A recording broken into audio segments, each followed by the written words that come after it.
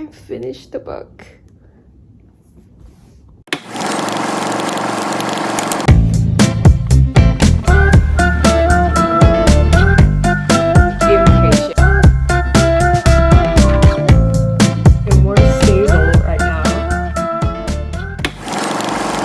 Hey friends, it's Emma. Welcome back to my channel. I am finally back from hiatus with another reading vlog. My 24-hour readathon was very well received, so I am very thankful for that. If it's your first time here, I love making videos on my life and books. Feel free to follow my socials as well, because I might be posting book reviews on the books that I didn't get a chance to film a video on, and some bookish content is there as well. Okay, so enough self-plug. I will be reading The Toll for the month of February, which is the last book to the Scythe series. If you don't know what the Scythe series is about, it's basically a book that is dystopia and sci-fi themed about a world set in the future where humans are living literally the perfect life and we have conquered a lot of social problems. One of them is death. So that means humans can't die. So these people called Scythes are responsible to curb the population. That's really all you need to know about the book, because I went in without knowing much and I was so mind blown, so I don't want to take that away from you. So yeah, without further ado, let's dive into the video and start reading. I am already 180 pages in. I actually love this book so far. I've seen some YouTubers reviewing the book. They did say that for the third book, the front part is a bit slow. So far, so good. That is my current progress. But for now, I will be heading off with my parents to have lunch outside. And I will probably stop in a coffee shop just to get some reading done.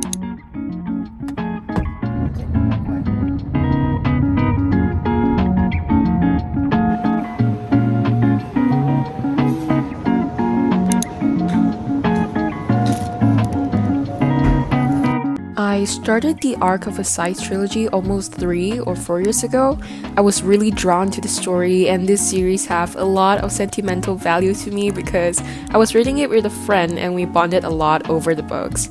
After finishing The Thunderhead, which was the second book, I was so overwhelmed by the plot twist as I wasn't able to read another book for a month after that, and I was low-key intimidated to find out what happens next. So that is why it took me so long to muster the courage to finish the last book.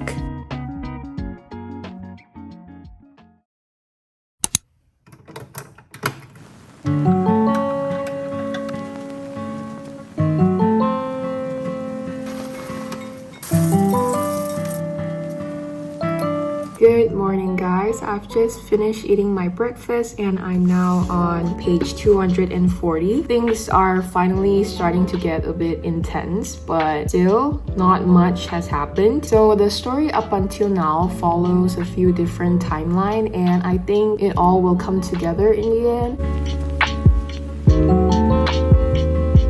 There's still a lot of foreshadowing, like something big is gonna happen, but of course now we're no way there. So I guess I will continue reading and update you guys my reading progress in a bit.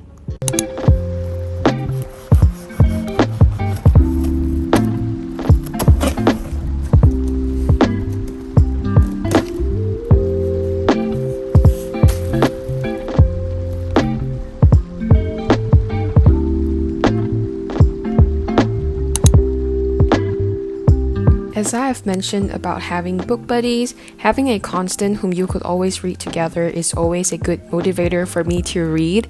Just like having a study buddy, a book buddy could always keep you accountable and even bond over time. I have a book buddy of my own. We would often just stay in a call and read our own book in silence. Because our favorite genres are so different, we like to share with each other the book that we're currently reading and what are we getting out of it. It's always refreshing to know about the books that we won't usually read and reinforces us to seek out for various perspectives. Hey guys, I am on page 348. I finished 3 parts of the book and now I'm starting part 4. To be very honest, I am growing impatient. We have been making like substantial progress in all different timelines of the book. It's still building up the anticipation and something bad is gonna happen.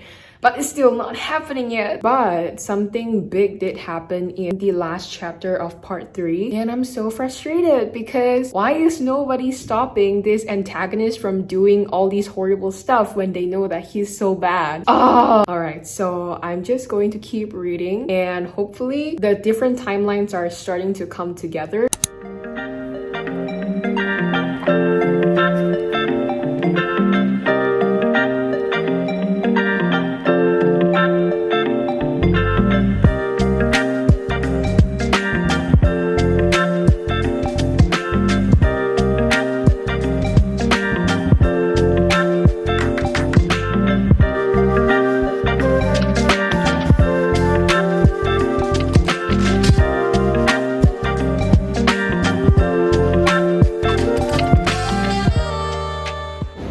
Hey guys, sorry about the background noise. It started raining a while ago, but anyway, I am about to finish the book and I thought I didn't sit enough between 400 to 500 pages. So there has been some shocking revelation. I wouldn't say earth-shattering, but shocking.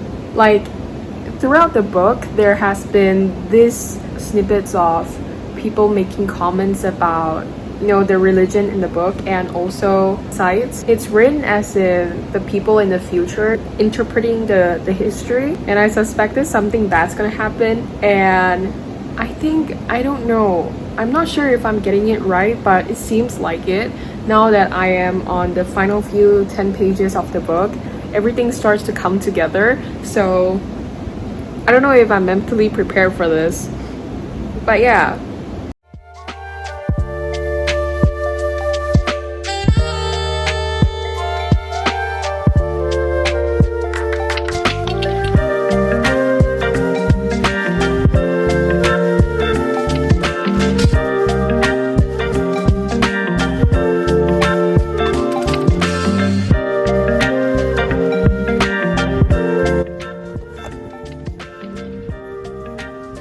Finish the book. I don't know, I'm feeling a lot of emotions right now, probably a bit nostalgic because I started this series a few years ago with a friend and now I've just finished it. I will hopefully give a more comprehensive review later, like not now because I'm like still processing everything.